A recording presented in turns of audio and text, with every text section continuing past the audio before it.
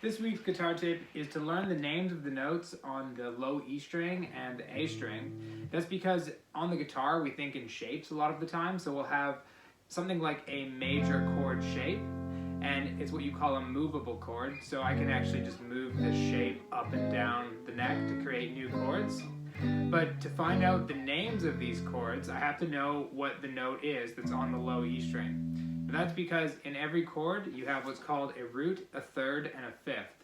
Don't worry about the third and the fifth, but the root is where the chord gets its name from. So this is called an F chord, and it comes from the note F, which is the root of this chord, and it's found as the lowest note in the chord. So in most beginner or basic chords, the root note is going to be the lowest sounding note in the chord.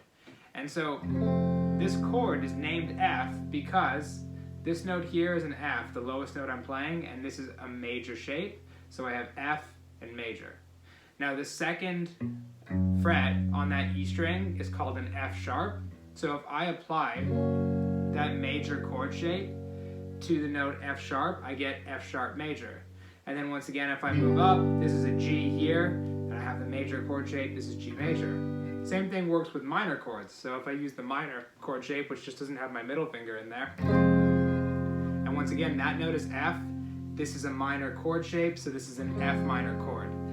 It also works on your A string. Well, it really works on every string, but most of the beginner chords that you'll be using have roots on the E and the A string, and that's why you want to learn those ones. So in this chord, this is my minor shape, where the bass note, the lowest note, is on the A string, and that note that I'm playing there is a B flat.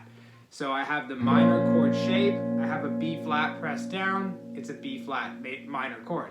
And if I move up a fret, and that note becomes the note B, this is a B minor chord. So once again, for this week, the guitar tip is learn the names of the notes on the E and the A string, and it should help you find a lot of chords.